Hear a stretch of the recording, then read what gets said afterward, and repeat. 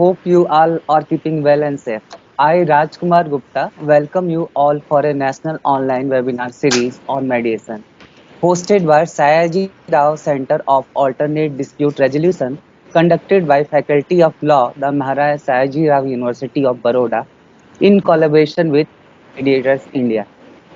Mediation is a age-old process of dispute resolution practiced since the Vedic period. It is a low cost, keeping the matter, especially family matter, secrets among the parties and the mediator. Moreover, the solution is not imposed on any party. It is a solution that both of the parties agree to. It gives an effective solution in a peaceful manner, thus for aiding the participants in bringing awareness for social transformation. We are conducting this mediation webinar series. Today, we are having a fifth webinar of our mediation series. We are obliged to have with us our distinguished speakers, Mr. Sriram Panchu, advocate and senior mediator, and Ms.Amee Dharamshi, advocate and mediator, to enlighten us with their knowledge, experience, and expertise. I welcome you on behalf of the Faculty of Law, the Maharaj Sayaji Rao University of Baroda. Now I request Ms. Jankna Jani, ma'am, to play the university song.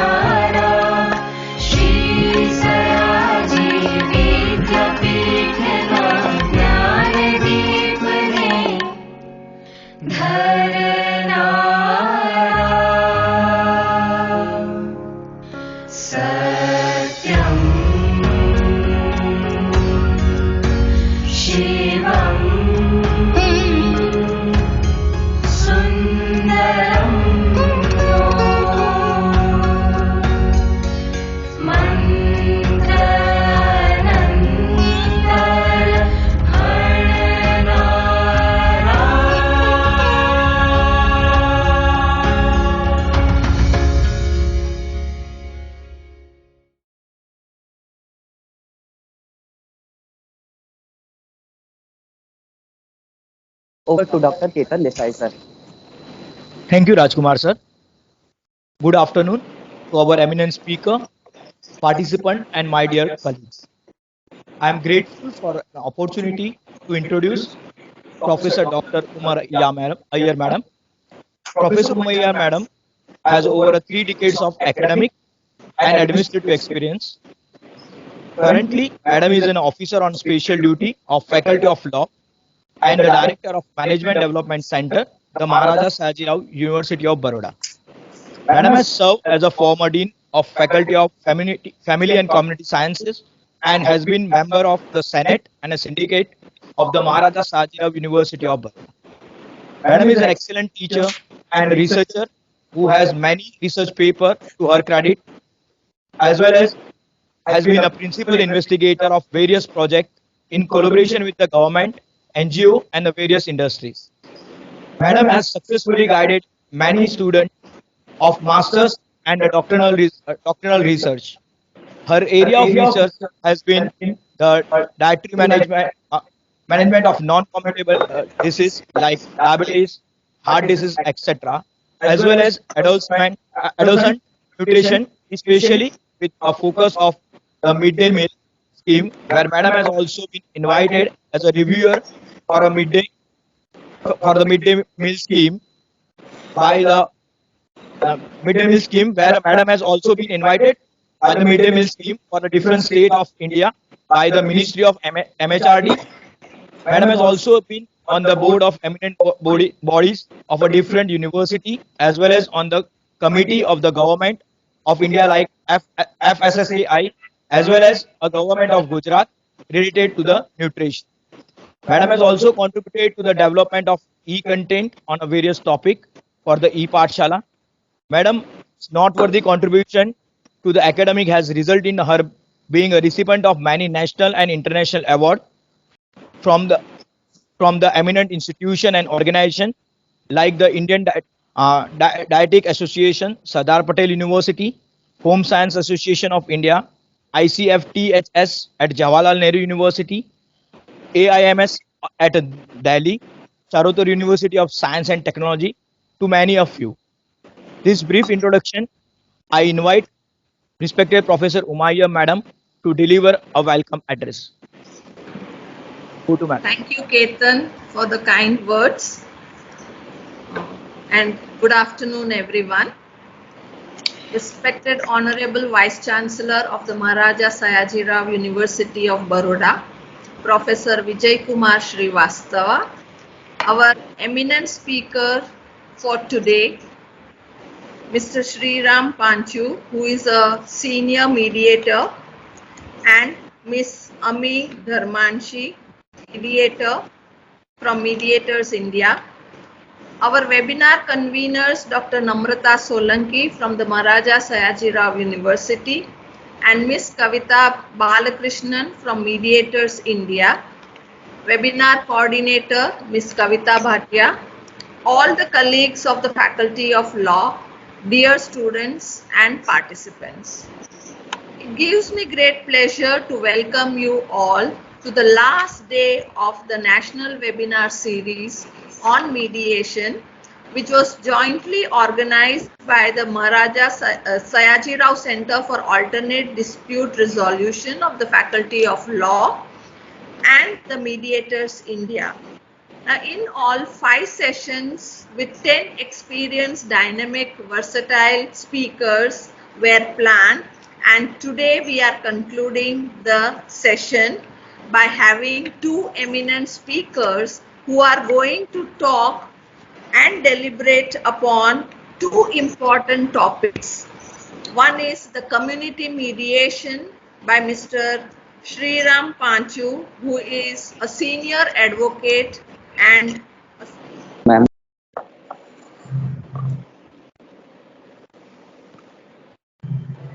Thank you so much, Mr. Rajkumar, for giving me this opportunity on the behalf of Mediators India. First of all, I must congratulate to the Vice Chancellor of Maharaja Sayaji Rao University of Baroda, Gujarat, for this wonderful gesture and successful sessions on mediation. Of course, SCADR Faculty of Law and the head of the department of it, Madam Umar Iyer. So it was great to have you all and all sessions on mediation in association with Mediators India. See, George Washington has said, observe good faith and justice toward all nations, cultivate peace and harmony with all. Because peace cannot be kept by force, it can be only achieved by understanding. And that is the main motto of mediation, to understand people, understand their problem. Believing on these words, we, Mediators India, working for peace in the society. It has been about 2 decades since the Mediation and Conciliation Project Committee of the Supreme Court of India took the decision to introduce court and mediation in India.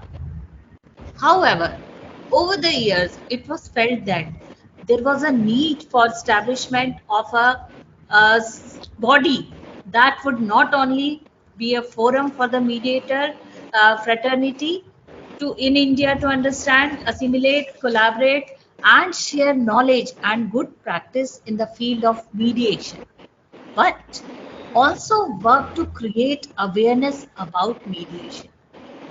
With that intent, senior mediators across the country set the foundation of Mediators India in the year 2017. Mediators India is a national association of Indian mediators.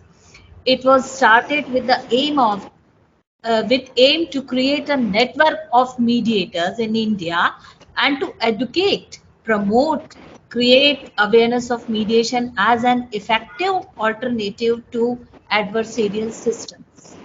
The association proud to say and have the Honorable Supreme Court and High Court judges, ADR experts, and senior mediators in the country as its patron and members. To name a few, stalwarts like late Mr. D.S. Pari, Mr. Niranjan Bhatt, Mr. Sriram Panchu, Mr. Sheila Bansari, Mrs. Leila Ullupalli, Mr. Anil Javier, Mr. A.J. Jawad, Mrs. Ramanathan, they all belong to Mediators India. And this is not all. The members of Mediators India include not just senior mediators, but also budding professionals who are exploring the field of mediation. The organization provides a platform where mediators engage with each other, both formally and informally, irrespective of age or seniority. To quote an event, when the government asked our senior members for their inputs of the proposed Mediation Bill 2021, our young members had not only an opportunity to express their views but also join the debate with the senior members. And believe me, it was a very enriching experience. We at Mediators India have over the past 4 to 5 years of our existence undertaken several programs, including in collaboration with universities and other organizations. Mediator India is determined to take mediation to the younger people. We just want to give the legacy of mediation to the next generation. The future of dispute resolution lies in the hands of future generations. And it is a moment of pride for us to celebrate, collaborate with the ADR faculty of this esteemed university, Maharaja Sayaji Rao University, Vadodara, Gujarat, especially HOD Ma'am Uma Iyer. Further, we have several new programs and initiatives lined up. So keep a lookout for announcements. The details will be available on our Facebook and LinkedIn pages. If you want to know more about us, you can contact us. I would like to conclude with words of Albert Einstein. The world will not be destroyed by those who do evil, but by those who watch this without doing anything. So as Gandhiji said, be the change you want to see in the world. And I must tell you, the upcoming time is for the ADR, not as alternative dispute resolution, but as absolute dispute resolution. And mediation is like cherry on the cake. So embrace mediation and become peacemaker. Thank you so much. Over to Thank you, you. Nina ma'am, for giving the comprehensive introduction about the Mediators India. Now, I would like to request Ms. Tarkeswari Bulusu, Assistant Professor, Faculty of Law, to talk about the webinar series. Over to you, ma'am. Thank you, Rajkumar sir. A very good afternoon and a very warm welcome to respected Professor Vijay Kumar Srivastava, Honorable Vice Chancellor, the Maharaja Sayajirao University of Baroda, and the patron of the webinar, Professor Uma Iyer, OSD, Faculty of Law, the Maharaja Sayajirao University of Baroda, and the Director of the National Webinar Series, and the esteemed speakers of today's webinar, respected senior teachers, my dear colleagues, and dear participants. I'm sincerely thankful to Professor Uma Iyer, Director of the National Webinar Series, and the conveners of this webinar series, Dr. Namrata Lohar, Assistant Professor, Faculty of Law, the Maharaja Sayajirao University, and Ms. Kavita Balakrishnan, Advocate, Mediator, and Secretary, Mediators India, for giving me this opportunity to introduce the National Webinar Series on mediation. Mediation as a mode of alternative dispute resolution has a potential not only to reduce the burden of cases, but also is a mechanism to bring about qualitative change in the focus of legal system from that of adjudication to settlement of disputes. This national webinar series on mediation has been organized with a vision to educate law students and aspirants of ADR about the nuances and technicalities of mediation process. The inaugural ceremony was held on 12 February 2022. Honorable Mr. Justice R.M. Chaya, Judge, High Court of Gujarat, had graced the event as a guest of honor and addressed the participants on the topic of importance of mediation in modern age. The second session of the webinar was conducted by Ms. Pooja Anand, advocate and mediator, wherein she dealt on the topic of fundamentals of mediation and understanding conflicts. The second webinar was held on 19 February, wherein Ms. Kavita Balakrishnan, advocate and mediator, had discussed about civil and family mediation. In the second session, Ms. Ekta Behel dealt at length on the topic of implicit biases on mediation. The third webinar was held on 26 February, wherein Mr. A.J. Jawad, senior mediator, enlightened us about commercial mediation in the first session, and Ms. Akshata Ashok, mediator co-founder, Sabha spoke on online mediation. On 5th March, the first session, Honorable Mr. Justice Vineet Kothari, former Acting Chief Justice, High Court of Gujarat, gave a discourse on courtroom observation on mediation with special reference to Section 89 of the Civil Procedure Code. During the second session, Dr. Geetanjali Shetty, advocate and mediator, deliberated on the importance of UN Citral and the Singapore Convention. In today's webinar, the fifth and the last of the series, Mr.Sriram Panchu, senior mediator, would enlighten us on community mediation during the first session, and Ms.Amee Dharamshi, mediator, would extol on the role of youth in mediation movement in the second session. It is with great joy and pride we would like to state that we have received an overwhelming response to all the webinars conducted so far in terms of participation and in receiving a positive feedback. I trust that the deliberations of the proficient speakers would help us in our future endeavors. Wishing you all a very happy learning. Thank you. And over to you, Rajkumar sir. Thank you, Tarkeswari ma'am, to giving us such a brief introduction of the previous webinar series. Now, I would like to request Dr. Archana Gadekar, ma'am, Associate Professor, Faculty of Law, to introduce Mr. Sriram Panchu, Advocate and Senior Mediators. So, over to you, ma'am. Thank you, Rajkumar. Respected Professor Vijay Kumar Srivastava, the Honorable Vice Chancellor of the Maharaja Sayajirao University of Baroda and the patron for today's webinar. Respected Professor Uma Iyer, the Dean and OSD Faculty of Law of the Maharaja Sayajirao University of Baroda. Mr. Sriram Panchu, Senior Mediator. Ms.Amee, Mediator. Dr. Namrata and Dr. Kavita, the webinar conveners. Ms. Kavita Bhatia, the coordinator of the webinar. My colleagues at the faculty, and dear students who have joined us virtually. A very warm good afternoon to you all. It is a matter of pleasure and privilege to introduce our distinguished speaker to this august gathering. Friends, as such, Mr. Sriram Panchu is a well-known name in the field of mediation, and as he has been in the forefront mediation movement in India. Internationally acclaimed mediator Sriram Panchu has put in a lot of efforts for institutionalizing mediation in India and has been instrumental in bringing mediation into India's dispute resolution system. He has worked with senior judges, governments, and businesses. And in 2005, he has, to his credit, set up India's first court-annexed mediation center in the Madras High. Sir has also trained more than 1,000 mediators, and he has mediated a large number of complex and high-value commercial disputes, family disputes, include inheritance and family business disputes. He has been appointed by the Supreme Court of India to mediate significant public disputes, which include a border dispute between the states of Assam and Nagaland, a dispute within the Parsi community in Mumbai over a ban on the press, just to name a few. In 2019, Mr. Panchu was appointed on a three-member panel to mediate the Ayodhya Ram Janmabhoomi Babri Masjid dispute.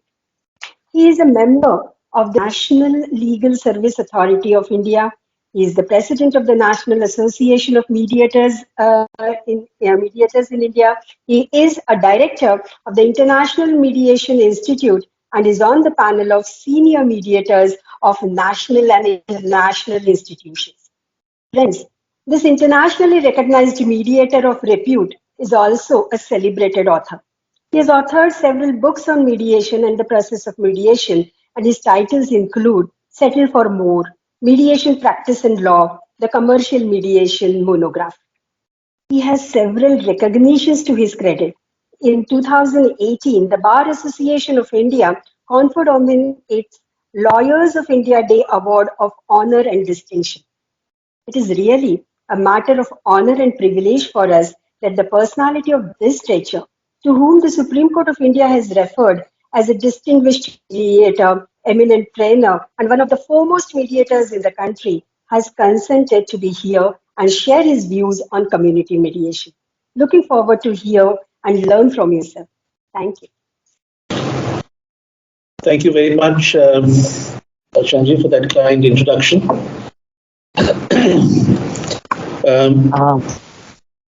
Respected Vice Chancellor, Professor Dr. Uma Iyer, my colleagues Nina, Kavita, and Amy, other members of the faculty, and students of the university. Your college holds a special significance to me because this is where my spiritual guru, Sri Aurobindo, taught from the years 1897. In fact, tomorrow is my 70th birthday, and tomorrow I go to Pondicherry to visit Sri Aurobindo's ashram and be able to partake of his blessings. So it's a special moment today for me, special occasion for me today to be with you. And thank you very much again for this opportunity. I don't know how many of you have read a poem by Sri Aurobindo. It is called The Hour of God. And for those of you who haven't, I recommend that you read it. It is one of the most powerful pieces of poetry, of writing that I have ever come across. It has always helped me, especially in my quest for mediation, because I first came to mediation in the year 1990. And that was a time when, if I spoke about mediation, everybody thought I was talking about meditation. And it was long years of toil, of speaking and writing and trying to persuade people and starting to try and mediate some cases. and talking to people, to judges, to people in government, to business. It was many years of toil. And during many of those years, I was not sure whether anything would happen. But I always fell back on this poem. And I'm going to read the few words of this. It's not really a poem, it's more a piece of writing. It's titled The Hour of God. There are moments when the Spirit moves among men and the breath of the Lord is abroad upon the waters of our being. There are others when it retires and men are left to act in the strength of the weakness of their own egoism. The first are periods when even a little effort produces great results and changes destiny. The second are spaces of time where much labor goes to the making of a little result. It is true that the latter may prepare the former. Maybe the little smoke of sacrifice going up to heaven calls down the rain of God's bounty. And this is what used to sustain me. That the periods for which you work long years but don't see a result are years of preparation for the time when a little effort produces great results. And of course, it's actually what happened. So much of work went in, and in 2005, we started the country's first center. And we had such a good run of successes. Cases mediated and settled, cases involving large numbers of people, which even caught the attention of our president, Dr. Kalam, who in fact made a visit to the center, a special visit to see the center. The first time ever that the President of India again visited a one-year-old center. So mediation started in the court annex system.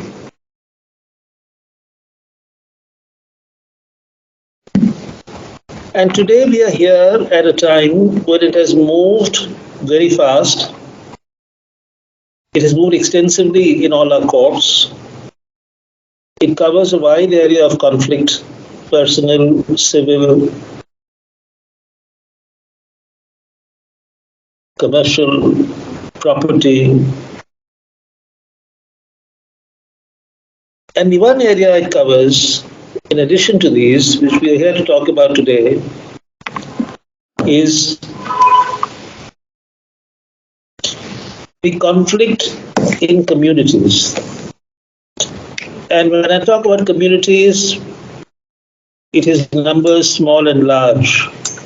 Whether it is people in a building association, whether it is a neighborhood dispute, whether it is people in a locality of the city, whether it is people between one state and another, between one nation and another, these are all community public disputes. The important thing about these disputes is that inevitably they will involve a significant number of people, which then is always a challenge because you cannot mediate with hundreds of people at the table. Nor can you mediate in many cases by completely eschewing large numbers of people out of the information ring. So one big challenge is how do you deal with the numbers and how do you make sure that there is effective representation of interests at the table? Because unless you do that, you're not likely to get a workable solution. But in the first place, I think the question is why mediate? And I think the answer to that is simple. You mediate because there is really no other way to handle disputes of this magnitude. Because every other way in which you handle a dispute is a win-lose paradigm. Every adjudicated process, every litigated process is a win-lose paradigm. Somebody wins and somebody loses. The problem about the win-lose paradigm is losers never accept defeat. And when losers don't accept defeat, the dispute will continue. It may die down today, it will resurface tomorrow. You will never have a sustainable solution. The only way to have a solution in the long term is to get people around to work out a consensus. Whether it is sharing of resources, land, water, or any other public resource, or indeed any other kind of conflict, there are certain strategies which emerge for the handling of community disputes. One is simply to get people to talk, to get people to the table. Because the very act of getting people to the table signifies both an intention and a mechanism for resolution. Just the fact that people are sitting down to talk sends a certain message. It is the message which is contrary to seeing a person bear arms. So to get people to talk, to get them to talk, and very often people will not talk to each other when they are in conflict. And this is where you need a mediator to help them together at the table. Because it is that mediator who inspires trust in them. That the affairs at the table will be managed fairly. That confidential information will not leak out. That all sides will be heard with respect at the table. And that the mediator, because he or she is trusted and skilled, will help them to move in the effort to compromise and solution. It is important to allow people to enable people to speak, to emphasize the value of listening, to make sure that what is said is understood. And then, there are wonderful mediation strategies. A mediator will talk to people about the importance of the long-term perspective. What is your long-term perspective? What's a larger perspective for you? This is a community dispute. What is best for your community in the long run? Let's not just focus on this particular piece of the problem. Let's look at the community in the long run, in the larger perspective. What's good for you? A mediator will make people realize the limitations of their stand. Sometimes the stand will not hold in a court of law. Sometimes continuing in that stand may be harmful for that set of people. So there are limitations to the stand that people take, and a mediator will focus on that. So it is a combination of perspective, it is a combination of realism. It is a combination of showing people that, look, you really don't have good alternatives to settlement. And then the mediator draws out, solutions from parties. It's very important never to impose a solution by the mediator. Because if people feel that it is their solution which is taking place, they are far more amenable to accepting it. But the very same solution, if they think, this is coming from the mediator, from the third party, people will not accept it so easily. That's again a skill, to draw it out from people by questioning. The power of the mediator is the power of asking the right questions. The mediator has no power of passing an award or decree. But the power of asking the right questions, and in that is the power to change the way people think, That is the power of the mediator. That is the skill of the mediator. So let me talk to you about a couple of cases which I've mediated, which will give you some flavor of community disputes. And in my colleagues in previous sessions may have spoken to you about the orange. Now, this orange is a particularly favorite fruit for mediators because it contains a lovely mediation story and instruction. And this is an orange over which two girls are fighting. And they go to a judge. And the judge, of course, as all judges do, wants to find out what is the law, where did the orange grow, which tree, and whose compound was it, and where exactly was the incline of the branch on which the orange was, and he will give a verdict for one or the other. One wins, one loses. They go to an arbitrator, and the arbitrator says, all right, he says finally, comes up with 50-50. So they have to cut the orange into two.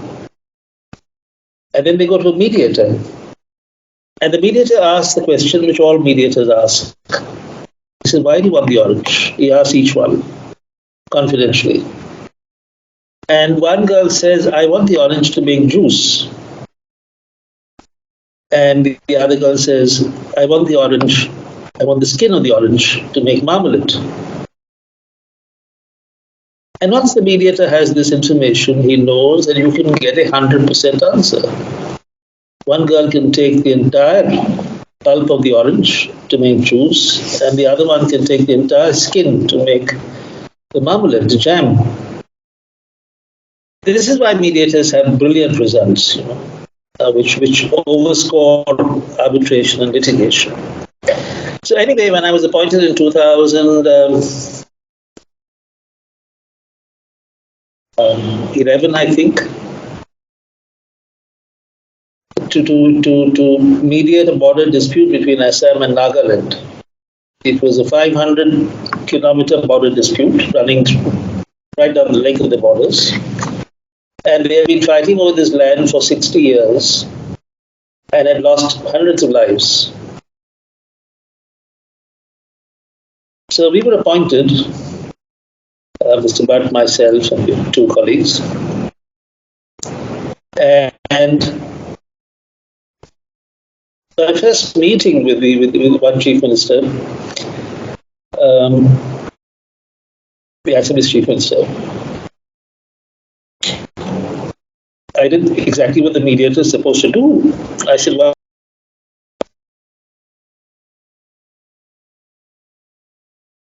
I think I'm going for 25 years. So what do you mean, why do I want this land? And then he thought, and then he said, actually, I can't be seen to lose this land. It's my constitutional territory. And I asked the same question to the other chief minister, the Nagaland chief minister. And he had the same reaction. That when I pressed him, he said, we desperately need to use this land. So you have a classic situation here, which is exactly like the orange. One state needs this land because it cannot lose its constitutional territory. Another state needs to use the land. And at the end of the day, these are two states. It is not difficult to work out a system by which one can continue to own the land and another can continue to use it. A full resolution didn't avail us because it got affected into politics for a different reason. But it was clear that, once people understand that they're not really fighting the same thing, things become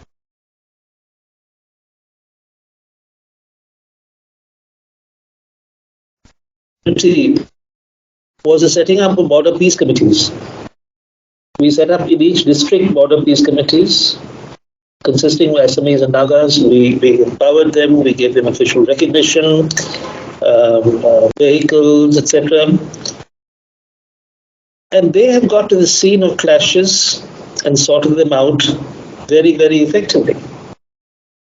So that in the years that have passed since then, there's been very little border violence, between the Assamese and the Nagas, which I think underscores the point that when you actually motivate people and get them involved and give them responsibility, they can turn out, very good results.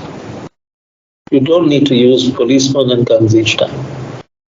You have members of the community who can work for peace. I had another interesting community dispute amongst the Parsis in Bombay between the traditionalists and the reformists, which arose over the issue of priests who conducted weddings between Parsi women and non-Parsi men. So that's a sore issue in the community, but these priests were then banned from the big Dungarwadi House of the Dead in Bombay. And when I first got it, I said, I can't mediate this dispute. This is a religious matter. How do you mediate this kind of a dispute? But, you don't say no when the Supreme Court appointed you, so you try. And actually, it took 2 years, I think, but that dispute finally got a result, which taught me a lesson, and never to think that something can't be mediated. Of course, I have many lessons I've learned from mediating the Ayodhya dispute. Ayodhya is a difficult one to talk about because there is a mandate of confidentiality enforced by Supreme Court orders. It's also sensitive for obvious reasons, so I'm always careful when I say anything about it. But Ayodhya was a fantastic mix. It was a kind of a dispute which I think took in everything.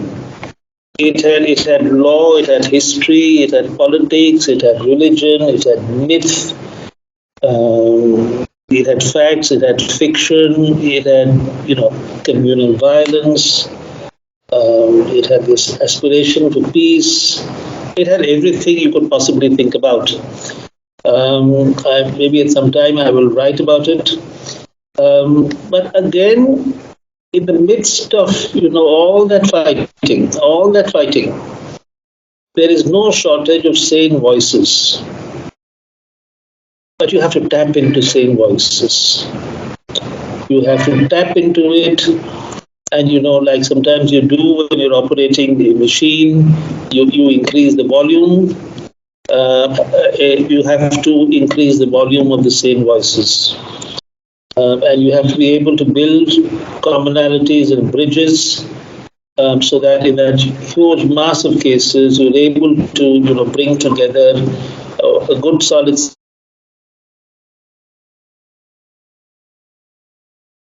to mediated solution. But that is again, a fuller discussion for a later day. One thing Ayodhya taught me was the need to build a center for the harmonizing middle. And what do I mean by this? In all conflict, when conflict erupts, you notice it is the people on the extremes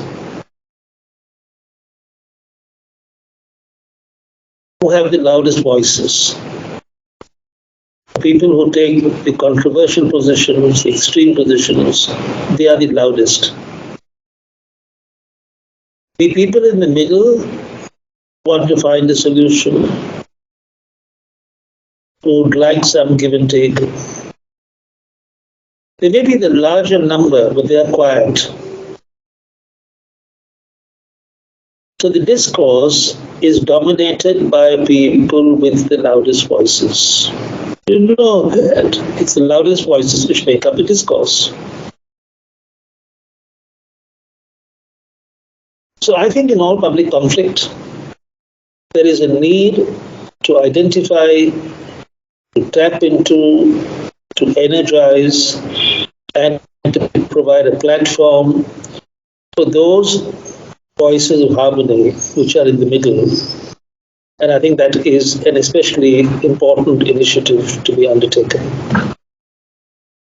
I will close with one dream. I've had the good fortune in my life of having some dreams come true. I never thought that my dream of mediation would come true, but it has come true. There is another dream I have, and that is that in all communities, institutions, organizations, that there should be a demarcated place, just a room, to be called a zone of peace, or whatever name. And the purpose of that place is very simple, that people in conflict should be able to enter that space. And maybe inside there will be a mediator just to guide the discussion. But they enter that space, and like you leave your footwear outside, they leave their conflict outside. And they go in, and they just have one single pointed conversation. And that conversation is, how can we make things better? That's it. Because all through the time before, I'm quite sure they've been talking about how to make things worse. But in that room, that one point of conversation is, how can we make things better? And they have a conversation and they leave.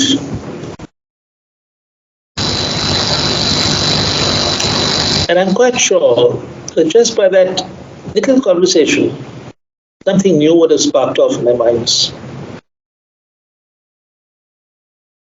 And that something little, that something new will make the beginnings of an effort to coming back again to talking some more. Because ultimately, it is just talk, gentle talk, guided talk. But it is talk in the end, which ought to be more powerful than weapons. Thank you very much for this opportunity. Thank you, sir. Thank you very much. It was an enlightening and wonderful session, sir. Thank you for the wonderful insights and inputs on mediation. Thank you so much, sir. So I would carry on with the introduction of our delegate speaker for the second session, Ms.Amee Dharamshi. Ms.Amee lives in Bangalore, India. She practices as a conflict management professional and as a private mediator. She has LLM in arbitration and dispute resolution from the University of Hong Kong and has completed her mediation training with the Hong Kong Mediation Accreditation Association Limited. Through her LLM, she is qualified for the arbitrary credentials with the Chartered Institutes of Arbitrators, London.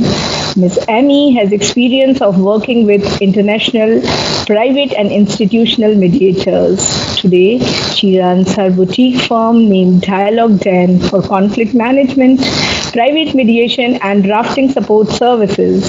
Through her workspace, Dialogue Den, she promotes and advocates collaborative methods of dispute resolution for conflict resolution within the family, at the workplace, and in business affairs. Academically, she is qualified in the subjects commerce, finance, law, company secretary, arbitration, mediation, and international dispute resolution. With her versatility and academic knowledge and real-life skills, Ms.Amee works together with 3 global organizations with a mutual goal to achieve the Global Sustainable Development Goals, the Young Mediators Initiative, the Hague Center for Global Governance, Innovation and Emergence, and the Masterpiece Global Organization. So we have Ms.Amee for the next enriching session. Over to you, ma'am. Thank you. Thank you so much. Yes, 12th March 2022, role of youth in mediation movement. Thank you for this invitation. I have prepared a small message for the college.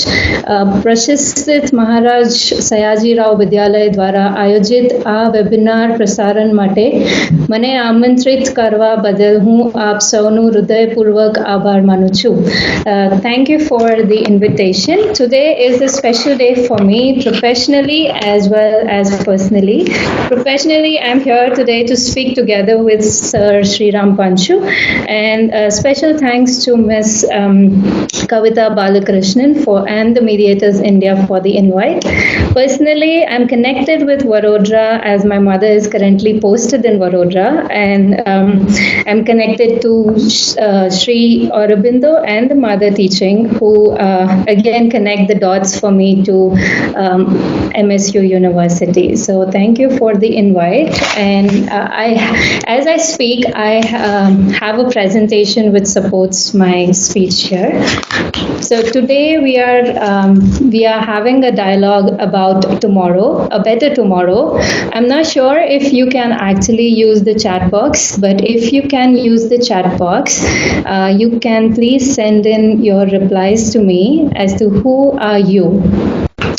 Are you a student, mediator? Are you an arbitrator or lawyer? Are you professor, lecturer, or other? But I had two questions. One is who are you, and the other is what are you seeking in this session? Is that how should the youth contribute? As a youth, what could I do to participate?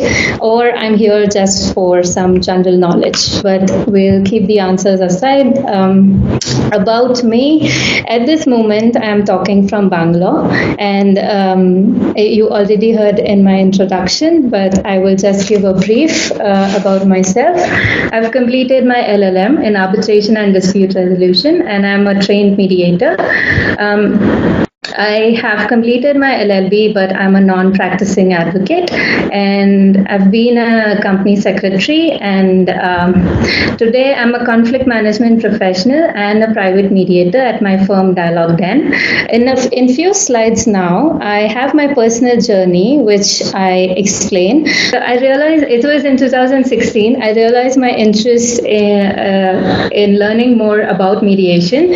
By 2016, I had completed my company secretarial course, and I was practicing as a company secretary. And after being a company secretary, I completed my Bachelor of Law, and during my legal internship, I learned about mediation through a divorce case and a court annex mediation. Post which, 2017 and 18, I went for my master's in arbitration and dispute resolution from the University of Hong Kong, and then I completed 40 hours of mediation training from the Hong Kong Mediation Accreditation Association Limited. After which I enrolled with a law firm in Hong Kong, and I also completed mediation mentorship with the private mediator in Hong Kong, where I could actually observe the mediations and learn the mediation. In 2019, I returned to India to experiment setting up my own mediation practice. I registered my mediation firm in India with my professional expertise from commerce, company secretary, law, arbitration, mediation, and negotiation. I was set to launch my mediation practice, which is named now as Dialogue Den. It's a boutique firm for conflict management and private mediation services for family, workplace, and business disputes. During this journey, in my professional capacity with the knowledge of mediation, I became part of the Masterpiece Young Mediators Initiative and the Hague Center, and today I also teach at the CBSE school. It was important for me to add this point here because when I was studying in school, we did not have any detailed chapter on ADR or legal studies as such, but from 2012 and today class class 11 and 12 have a subject legal studies, and they have an entire chapter on ADR and mediation, which is important when we're talking about this topic of the youth movement. So the studies of mediation and ADR starts very early now. And yes, here we are today. And as we go through the presentation, it's all oriented about for a better tomorrow.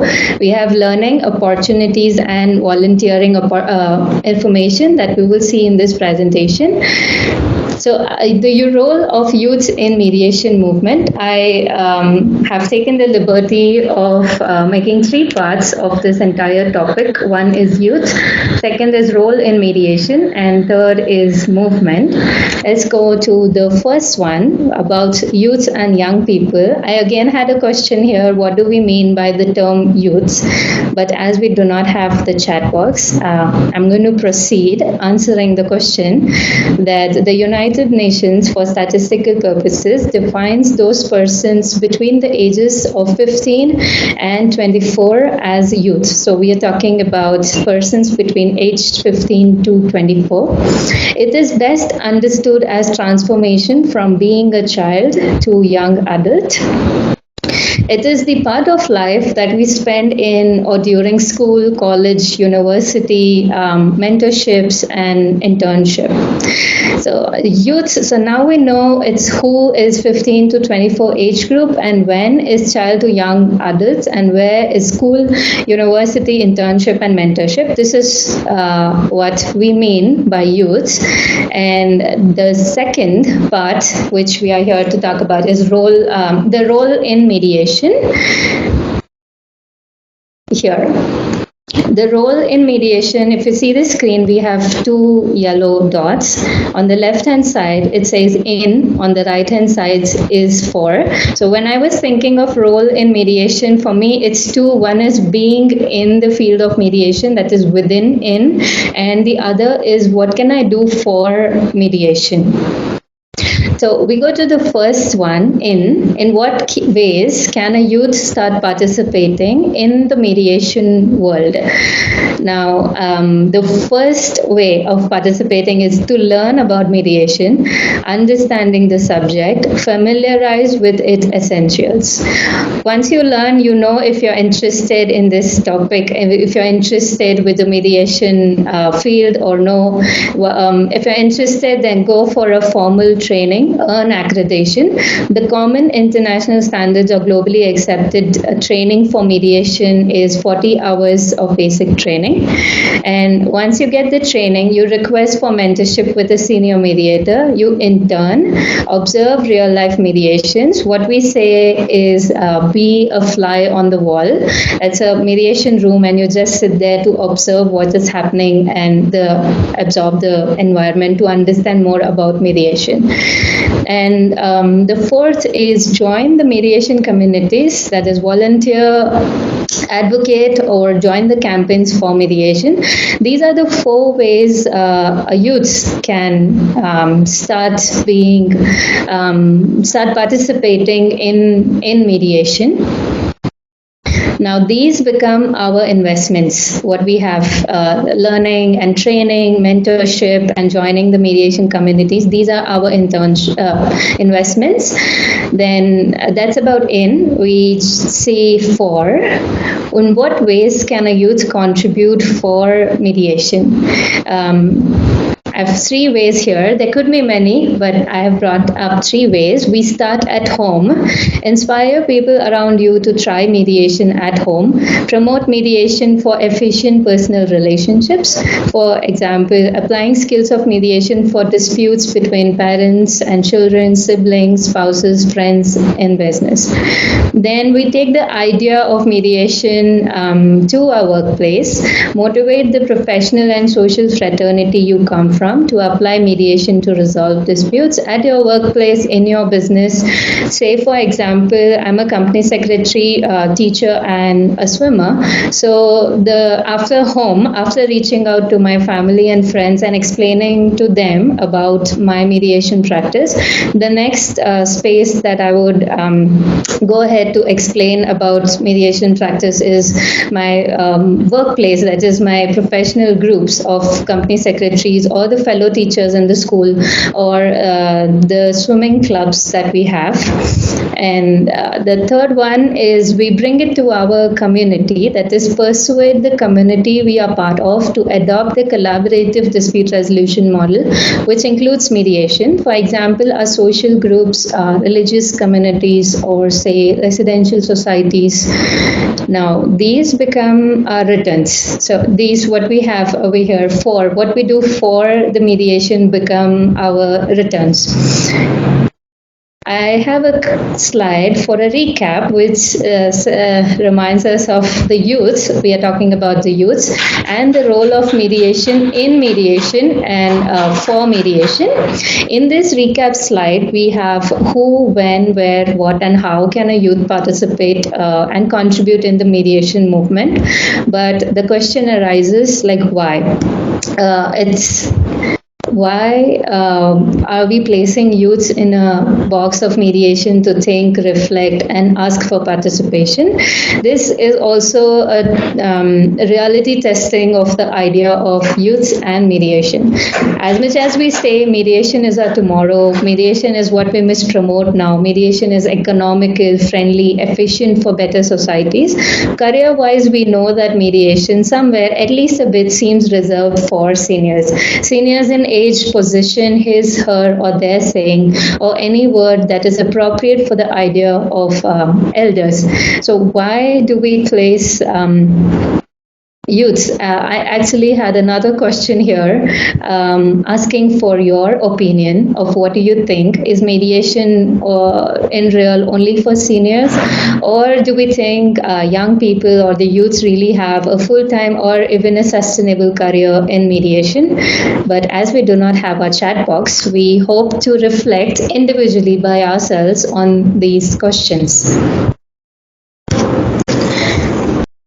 I was trying to find my own answers of why we place the youths, why are we talking about the youths and mediation. Then these are the points that come to my mind. One is starting early. We start educating about mediation, collaborative dispute resolution very early. These will bring us conscious efforts in societal changes, which will let us to break generational tensions, which makes us a better nation, and altogether proceeding to world peace and human unity. The words may be heavy and it's a very long process and it takes years to achieve the words that are put in on this slide. But these are the key words that give us an idea of how we could start early, and have human unity and world peace. I have three examples, initiatives, three examples of how youth can participate. Now, these are from my personal experience, just to give you an idea of how you can start participating, being in the mediation field. One is the Young Mediators Initiative. In my capacity of being an operations manager with the Young Mediators Initiative, it's a global network of mediators. It is associated with International Mediation Institute. It encourages mediators who have completed 40 hours of training, who are young in age and mediation experience, to enroll. The registration is free of charge, but not to worry if you haven't completed your 40 hours of training and if you're still interested to be part of the network of YMI, you can join the social media groups, which is on Facebook and LinkedIn. In these network groups, we often share and about mediation internship opportunities, mentorship, and other learning opportunities and resources relating to mediation. We do have activities, networking, and then we have mediation mentorship framework. Say if you want to learn mediation and act as a mentee, YMI will help you find a mediation mentor. And it is associated with the Kluwer Mediation blog, where all the writings and blogs about mediation are uploaded. That's about YMI. And the second institution is the Hague Center. The Hague Center focuses on international societal challenges whose complexity requires collaboration between multiple stakeholders. The projects provide insight into the current condition and co-design and facilitate transition processes to better futures. The belief is that with resolve, imagination, and creative endeavor, we can co-enable a great social transformation which will have a lasting benefit for present and future generation. We started a project in the year 2021, and the project is Art of Intergenerational Interaction, and the volunteers in this project are from the group age groups 20 to 80. We often see in the society that we have that the youth wants a newer society or a better society, but the power of changes lies with the older generation. So this project aims at bringing volunteers and people from different age brackets and to bridge the collaboration or the dialogues between the intergenerations. This is what we come up with, the Youth Alliance. On the right-hand side, you will see a picture where there are stories, mentor support, indicators, campaigns, hope, and leverage. Regular peace pop-ups are organized, and the reports are submitted to the UN. If you see the picture, the idea is going towards having a better place in 2030. So this is about the Youth Alliance that we have in place. The third initiative, or I can say organization that I'm part of, being a mediator, is Masterpiece. The Masterpiece Global is an NGO with presence in 40 plus countries. The organization encourages using soft power to organize dialogues between community stakeholders and create perspective through capacity building and leadership training for young people. The mission is mobilize, inspire, connect talents for a sustainable future with less conflict. The activities that we have here is annual global youth assemblies and global boot camp for exchanges on dialogues, conflicts, and conflict resolution.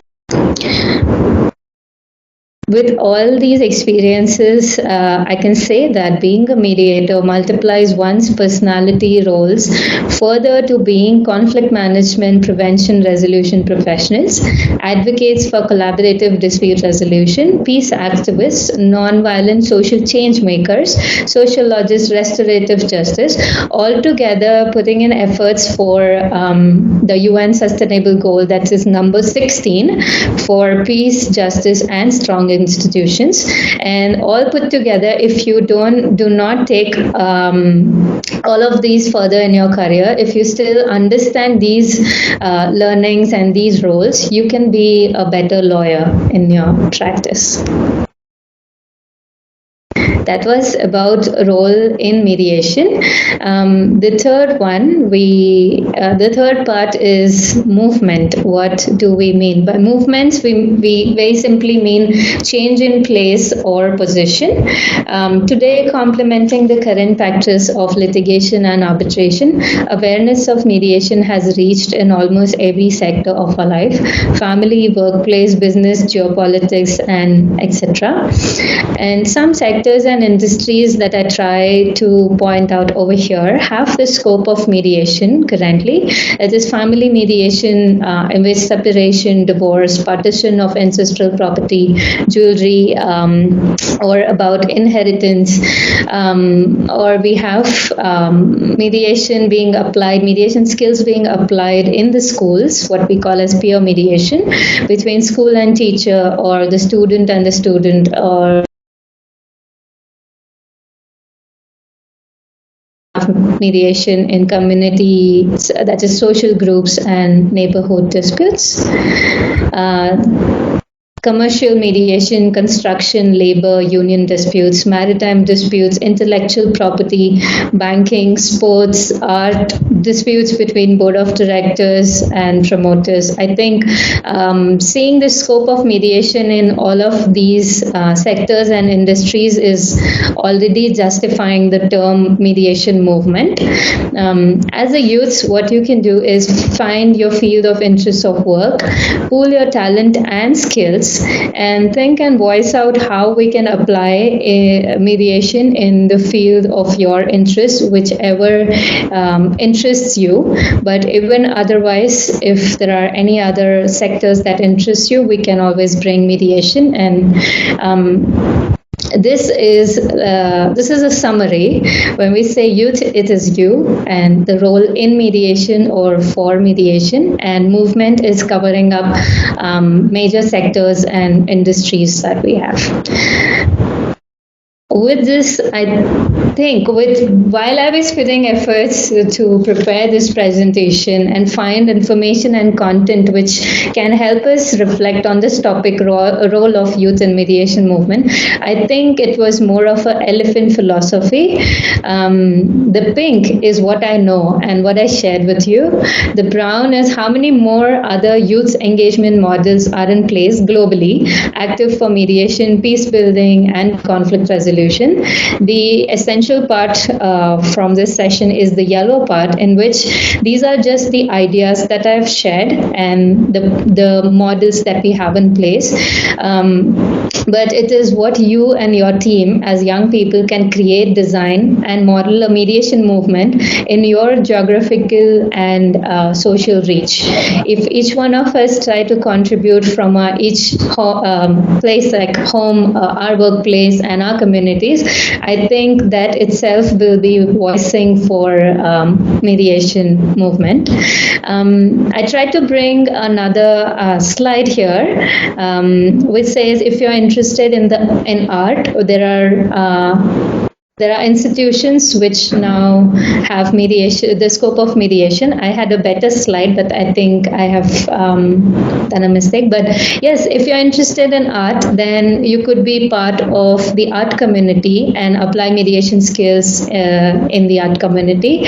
We also have similar space for sports and intellectual property, and commerce was an institution named FINRA. But these are just a few. There are many other institutions, sector-wise and industry-wise. You could apply for internships and understand how the systems work.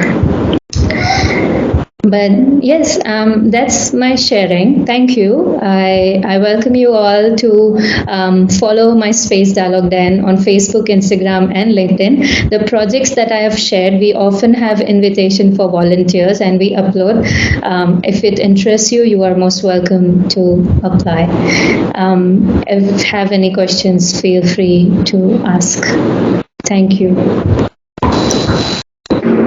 Thank you, ma'am. It was a wonderful, knowledgeable and enriching session on mediation, and thank you so much, ma'am, for the valuable inputs. I would now request Dr. Kavita Goyal, madam, Assistant Professor, Faculty of Law, to take forward the question and answer session. Over to you, ma'am. Thank you, Shweta ma'am. Good afternoon to all. Respected Professor Dr. Vijay Kumar Srivastava, Honorable Vice Chancellor, the Maharaja Sayaji Rao University of Baroda, respected Mr. Sriram Panchu, Senior Mediator, Ms.Amee Dharamshi, Mediator, respected Professor Uma Iyer, ma'am, Webinar Director, Dr. Namarta Luhar, and Ms. Kavita Balakrishnan, webinar convener, and Ms. Kavita Bhatia, webinar coordinator, my colleagues at faculty, and dear participants. And ma'am, we have received so many questions from our participants. If may I proceed with the question? First question is that if mediator is a friend of one of the party to a dispute, should another mediator be appointed in that case? Yes, if the mediator is a friend of a party, then the mediator should not continue, should withdraw, and let the parties get somebody else who is completely neutral. The question is not whether one can be fair, even if you're a friend of one of the parties. That's not the point. The point is you must be seen to be completely neutral, unbiased, and distanced from the parties, just like if you were a judge. So that's the short answer, that you should withdraw. In fact, we are obliged to disclose any interest we have with either the parties or the subject matter of the mediation, and to withdraw from the case. Furthermore, if, for example, let's say I'm a lawyer and I mediate a dispute, then for a certain period of time, a couple of years, I will not accept an engagement in a court from one of the parties to the mediation, even if that matter had nothing to do with the case I was mediating. So the idea is you must give, you must have, and you must give a picture at all times of complete neutrality and trust. Thank you, sir. Sir, next question to you only. What, according to you, should be the quality of good mediator, especially when it is a community mediation? Yeah. See, in a community mediation, you must choose your mediator very carefully, not just one, a set of mediators. Because they must command respect. They must have a certain capacity for mediation. I'm not necessarily saying that they should have undergone formal training. There are many people who are excellent mediators by virtue of what they are in life and what they've been through and their dealings with men and matters. So they must have that capacity for mediation. I think patience is another big requirement, because community mediations require long hours of engagement. So I think patience is important. So these are the important things. I think trust, competence, the willingness to stay the course. I think also a certain amount of, in some matters, a mediator must prepare to get bruised. Because, let me explain this, there's a lot of emotion that runs high. And parties are throwing that emotion in the room. And they look at the mediator and talk. So literally, it's like floods of emotion just coming at you. Mind you spend, a whole day in a community mediation and you're like a limp rag at the end of it. Because all that is getting thrown your way. And sometimes also, the mediator must be prepared to kind of take the flak. Let me illustrate this. Sometimes the party will say, I am prepared for this, but I won't put it across as my proposal. So you put it across as your proposal. So the thing is simple, that party can't take the flak from his constituents for having put across a proposal. So once the mediator to put it across and take the flak, and you have to at that point. You have to say, well, you tell the other side, well, I was just thinking, why don't you look at this as an option? And very often a party will go back to his table and say, I didn't want to give up anything, but the mediator told me that I better give up. So they will use the mediator as, for all kinds of things, and you just have to be prepared for it. Community mediation is a different ball game. It's not the nice way of sitting across, a nice manicured table for family mediations and corporate ones. It's a bruising ball game out there. It's like a rugby field. Yeah. Yes, sir. Another question student want to ask, because our youth nowadays needs financial benefits too. So is mediation a lucrative career option for them? Very good question. Very good question. Let me go on first. I may add to it. Okay. If I understood the question correctly, you are asking if mediation is a lucrative Career choice. Yeah. Very honestly, I have been in mediation practice, developing my own mediation practice for in some 3 to 5 years now. I remember my professor in Hong Kong telling me at least 5 to 6 years if you're going to sustain, develop your profile, then this is a good career choice. It's a very long career and slow initially.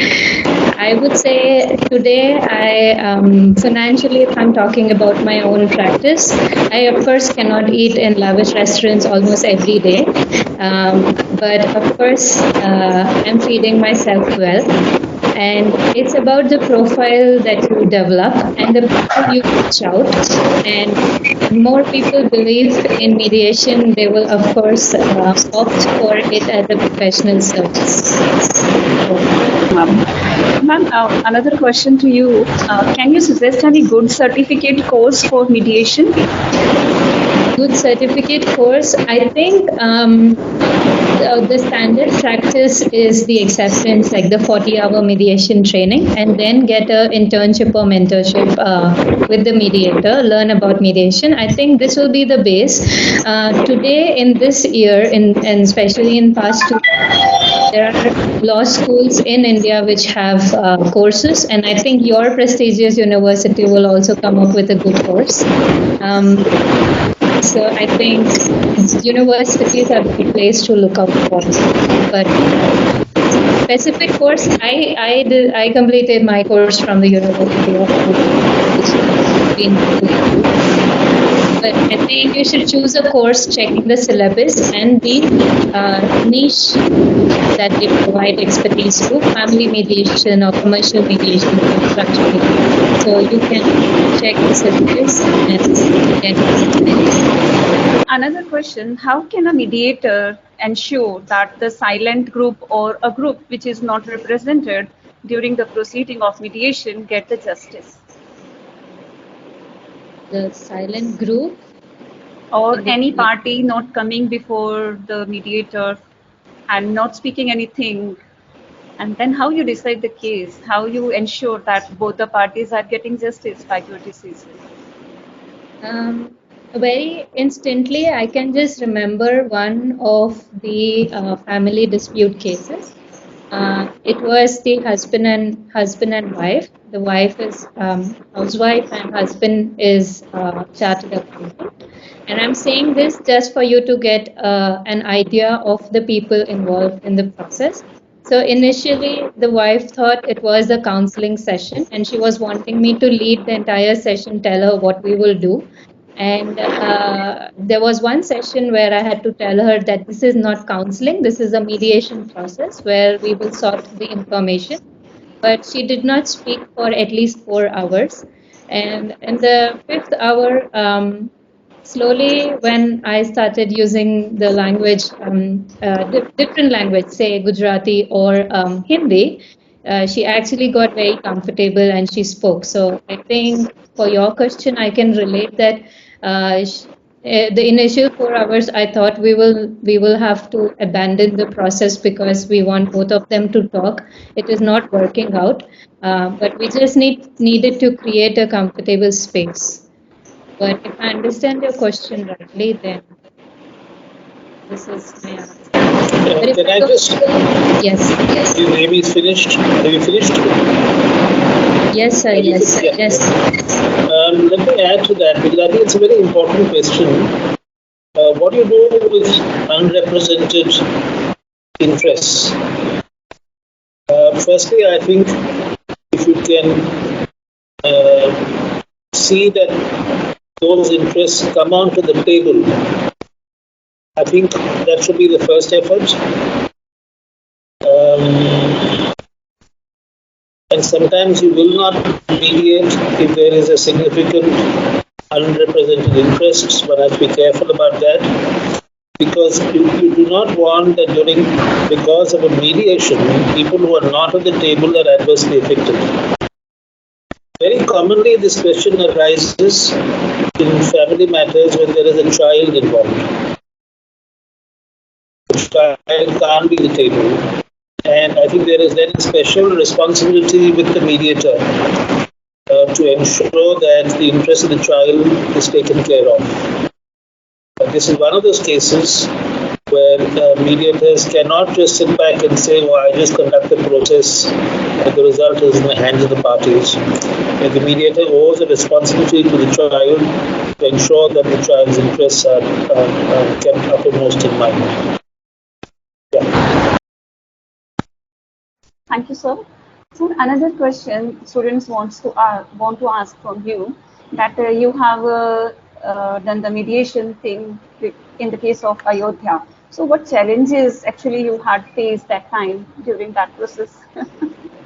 In religious matter especially, it's very difficult to convince both the parties. And it's very difficult to speak about it. It's just too sensitive and there's too much of mandated confidentiality.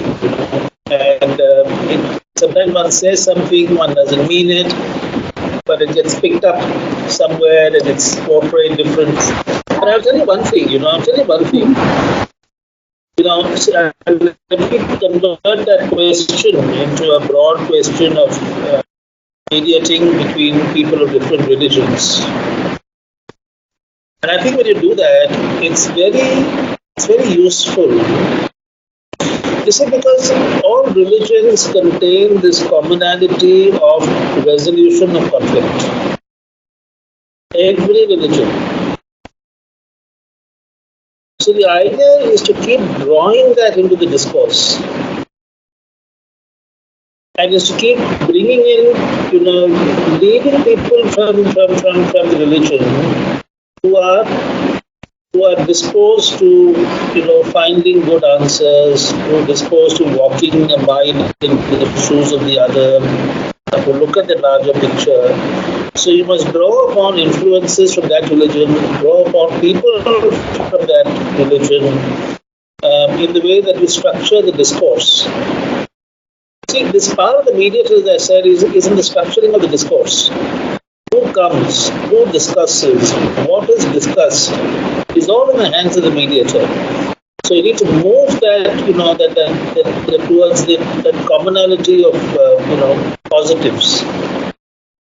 So it's not that just because it's a religious matter, that it becomes impossible, but it has to be handled very carefully.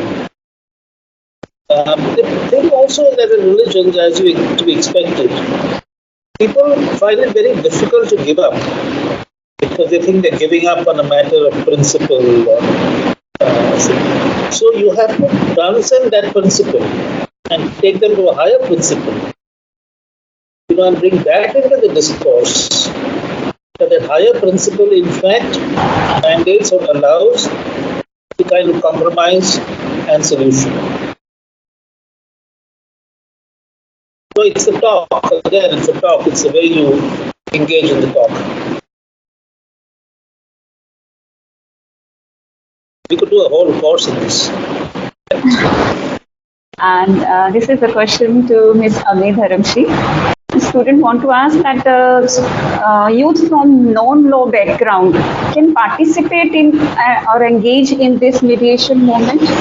Absolutely, absolutely. In my class of LLM of 40 students, only 2 of us were lawyers. So there were others who come from engineering background or construction or any background that you name. Yes, everyone can learn conflict resolution and practice as a major. I think that's. And ma'am, one more thing student want to ask, that it is the opinion in our society that mediation is for the elders. So Yes. can you throw the light, because elders are experienced and having all the ways to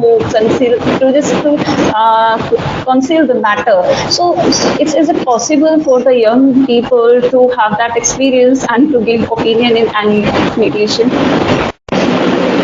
Opinion and mediation. We don't give opinions in mediation, but as far to the youths being, I think it's coming from my own slide, the content that I have put in my presentation, that we have this idea because, of course, when people, major part of my world, even my parents are telling me that, you must be too young. You need to be in the field for quite some time to be, that's the notion, that's the practice that we have.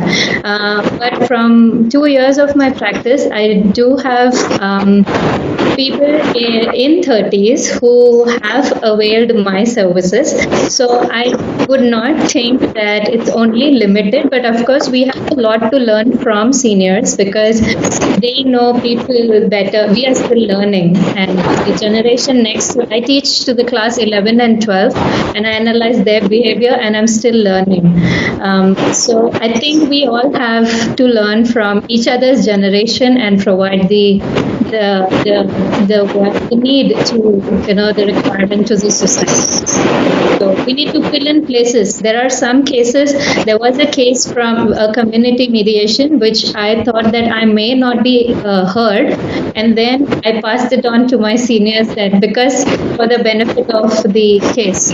Not that I was not confident, but I think things would have been quite better. So I think it's the situation. May I ask last question to you? When the parties are coming and they are having some type of religious, political and social identities with them, is it possible to first separate them, separate these identity and then listen the matter without having that type of influence? I'm not quite sure what you mean by this because I don't see how you can really separate identity. During the process of the mediation, so can you? I know. I mean, let's look at it. I mean, you can never really separate a person from his or her identity. But I think probably what the question means is how do you handle that identity?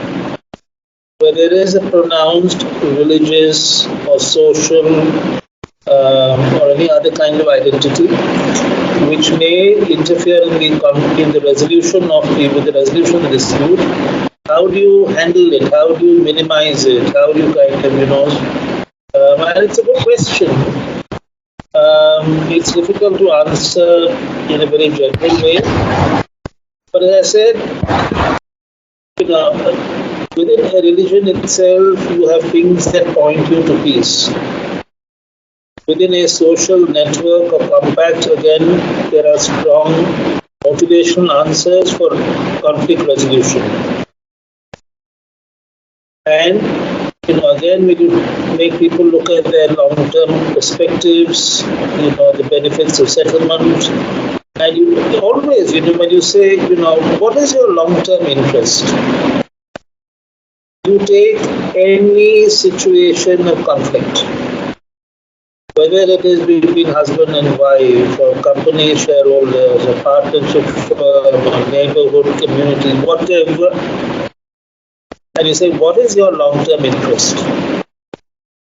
You will find that the answers given to you always point towards a good resolution of the conflict. I'll give you an example. A company and its workers are fighting about bonus. Workers want 20%, the management says 8.33. So long as they only talk about that, they will keep on fighting. But when you switch it and say, what is your long-term interest? Then the management has to say, my long-term interest is profits, keeping the plant going, and earning a sizable revenue. And the workers say, my long-term interest is security of employment and earning a good income. And therefore, when you get that long-term interest, it's very clear that they must quickly end this dispute about bonus, that it's not so important. And then they can start to make compromises.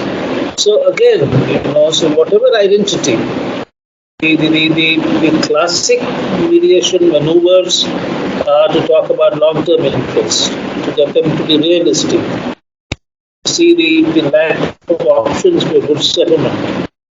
So you bring all that in, so that you reduce the discourse on the religious divisive identity.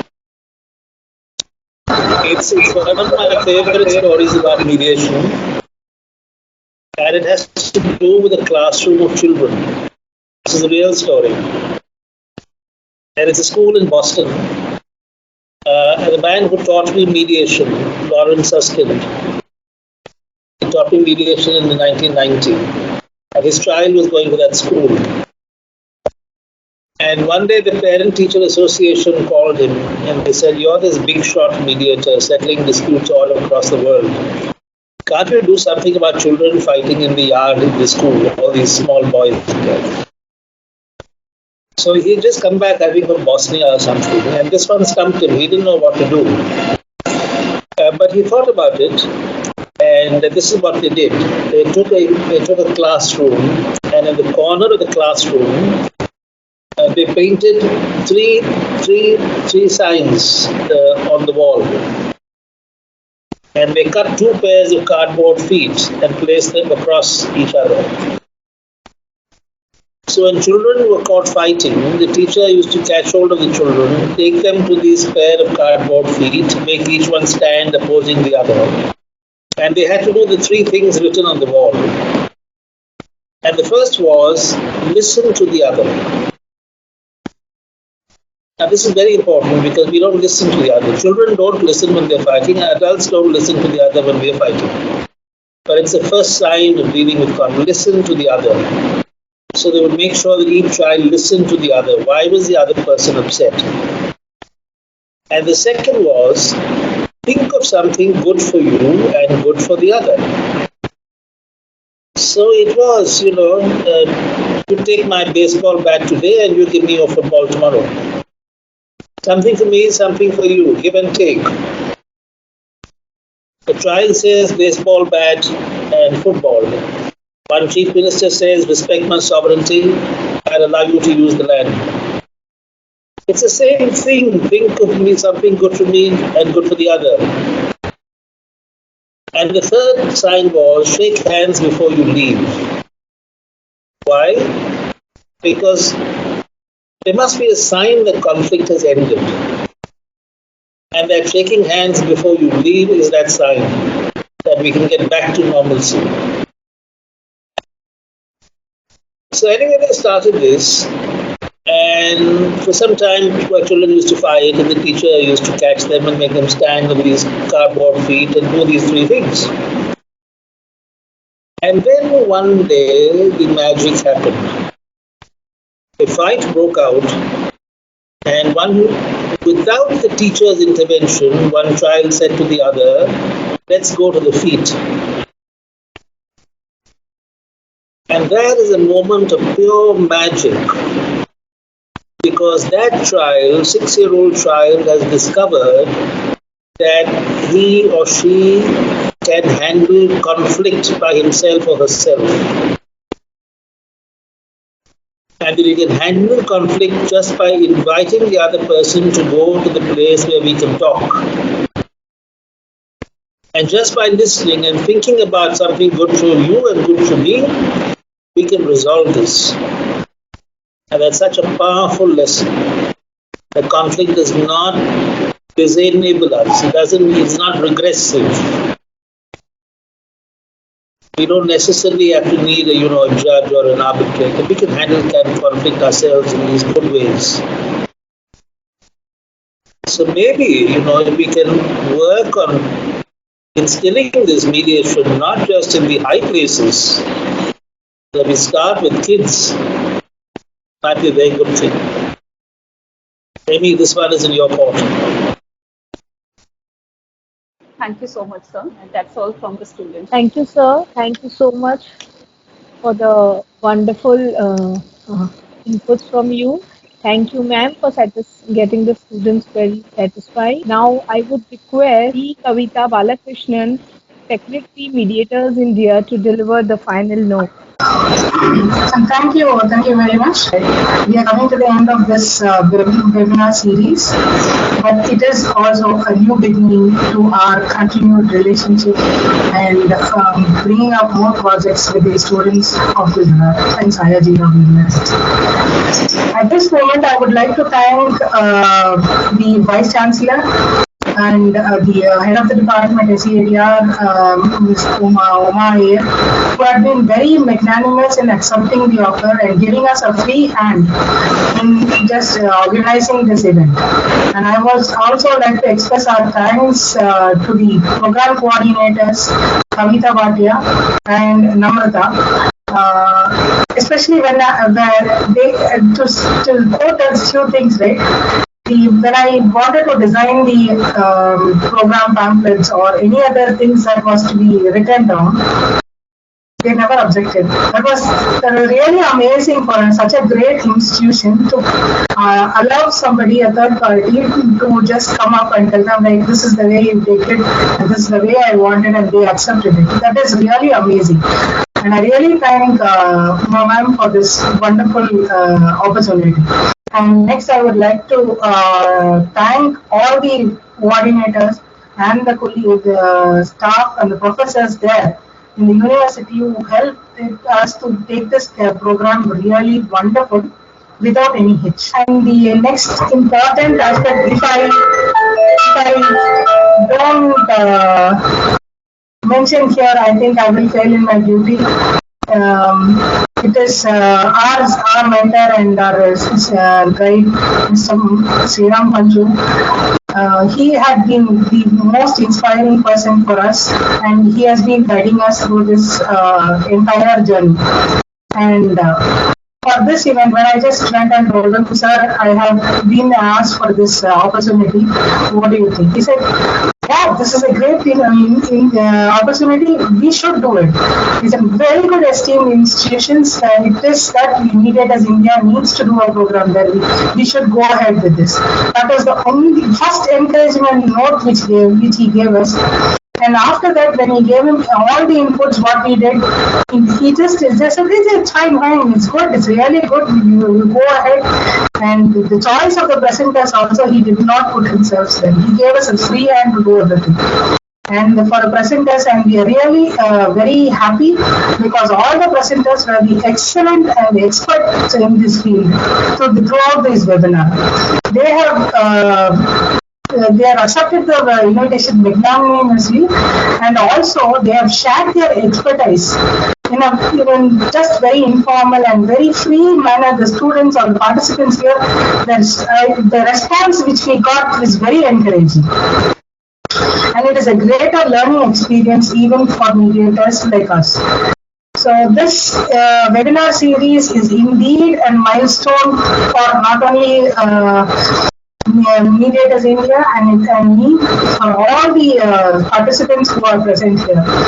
I would like to extend my thanks to all the participants, especially the students, for their interest, their time and attention for this entire webinar series. I sincerely appreciate and that I have this opportunity to be a part of this event.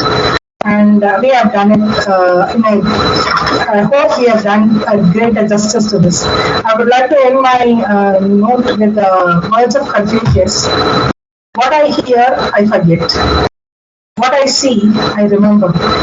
What I do, I understand. Let's do it together. We have heard what we have to do. We have seen what we need to do. And now it's time to do it. And together, we can do great wonders. Thank you. Thank you for this opportunity. Thank you, ma'am. All is well that ends well. With that, I would now like to thank you, ma'am, for these overwhelming final notes. Thank you so much, ma'am. Let me say on behalf of Mediators India that we are very happy to collaborate with you. And in fact, we will work with you to make this, a premier feature for education in mediation. Definitely, sir. Finally, I would now request Dr. Namrata Lohar, ma'am, Assistant Professor, Faculty of Law, to deliver the vote of thanks. Over to you, ma'am. Good evening, everyone. Respected Professor Dr. Vijay Kumar Srivastava, Honorable Vice Chancellor, the Maharaja Sayajirao University of Baroda, Professor Uma Iyer, Webinar Director and Officer on Special Duty, Faculty of Law. Our distinguished speakers for the day, Mr. Sriram Panchu and Ms.Amee Dharamshi. Convener, Ms. P. Kavita Balakrishnan, ma'am. Coordinator, Ms. Kavita Bhatia. My colleagues from the Faculty of Law, students and other attendees. It is indeed an honor for me to propose a vote of thanks on behalf of Sayajirao Center for Alternate Dispute Resolution, Faculty of Law and Mediators India in this concluding session of National Webinar Series on Mediation held during February-March 2022. This national webinar series was started with the main objective to make the participants understand the issues, the challenges which are involved in mediation. Mediation is seen as a very upcoming field and a very good career option for the law students. And this is what we actually had in our mind when we had drawn this entire mediation series. This is our first mediation series under the auspices of SCADR and also in collaboration with Mediators India. At the outset, I would like to express my gratitude to the speakers of the day, Mr. Sriram Panchu and Ms.Amee Dharamshi, for taking out time from their busy schedules to address the gathering. The inputs from both of the distinguished speakers were valuable and will go a long way in understanding the nuances of mediation. The views shared by Panchu sir on community mediation has made us to understand that mediation can be an effective means for resolving the disputes even when the dispute has multiple dimensions, multiple interests and a huge number of people involved into it. The views shared by Ms.Amee Dharamshi will definitely help our students to understand as to how they can evolve their career in the field of mediation nationally as well as globally. During this entire webinar, we were truly blessed to have with us eminent and distinguished personalities such as Honorable Mr. Justice R.M. Chhaya, Judge, High Court of Gujarat, Honorable Mr. Justice Vineet Kothari, former Acting Chief Justice of the High Court of Gujarat, Ms. Pooja Anand, Ms. Kavita P. Balakrishnan, Ms. Ekta Bahal, Mr. A.J. Jawad, Ms. Aksheta M. Ashok, and Dr. Geetanjali Prabhu, who shared their expertise on various areas pertaining to the importance of mediation, courtroom observations on mediation, fundamentals of mediation, civil and family mediation, implicit biases in mediation, commercial mediation, online mediation, UN CITRAL and Singapore Convention. In all, the entire webinar series had focused on different aspects of mediation and made all the participants intellectually very enriched. My deepest gratitude goes to all the eminent speakers of the National Webinar Series who have a vast experience and have shared their expertise during this entire series of webinar and to reach it to a great success. I would like to thank Professor Dr. Vijay Kumar Srivastava, Honorable Vice Chancellor of the Maharaja Sayajirao University of Baroda, for providing us support and inspiration. I would be failing my duty if I do not thank Professor Dr. Parimal H. Vyas, former Vice Chancellor of the University, for his constant guidance and motivation while we were preparing the brochure and while we had promoted the event. My special thanks goes to Professor Dr. Uma Iyer, Webinar Director and Officer on Special Duty, Faculty of Law, for providing us necessary inputs and suggestions for the overall organization of the National Webinar Series. She has always been very supportive and facilitative in whatever we do and provides us encouragement for moving towards excellence. Thank you, ma'am. I owe Gratitude to Ms. P. Kavita Balakrishnan ma'am, co-convener and secretary of Mediators India, for making this national webinar series a grand success. She was the one who was instrumental in bringing all the distinguished speakers together for conducting the sessions of the webinar. Her suggestions in organizing each of the sessions were so enriching. Thank you, ma'am, for bringing Mediators India to collaborate with us, and we look forward for many such collaborations in the interest of lawyers and students. My thanks goes to Mr. Sriram Panchu, President of Mediators India, for collaborating with us and sharing his expertise during the session and for blessing the entire webinar series. I would like to thank Ms. Kavita Bhatia, coordinator of the National Webinar Series on Mediation, for providing all the help and support for the conduct of the sessions. I would like to put on record the efforts put in by Ms. Sejal Rushi and Ms. Reenu Rana for preparing the report of the entire webinar. I would like to state that the report of the webinar will be shared with everyone once it is finalized. I would like to express my gratitude to all the staff members of the faculty, including the teaching, the technical staff members and the non-teaching staff members, for providing us support and for cooperating for the conduct of the national webinar series. In fact, for the conduct of this series, each and every member of the faculty has given their contribution, and I put on record my appreciations and my gratitude to each one from the Faculty of Law for cooperating with the event. My deepest sense of gratitude to all the participants and the attendees of the National Webinar Series for their presence, participation, for putting questions to the dignitaries, and for being so active for the webinar series. Before I finally thank each and everyone who supported us directly and indirectly in making this webinar a grand success. Thank you one and all. Thank you everyone.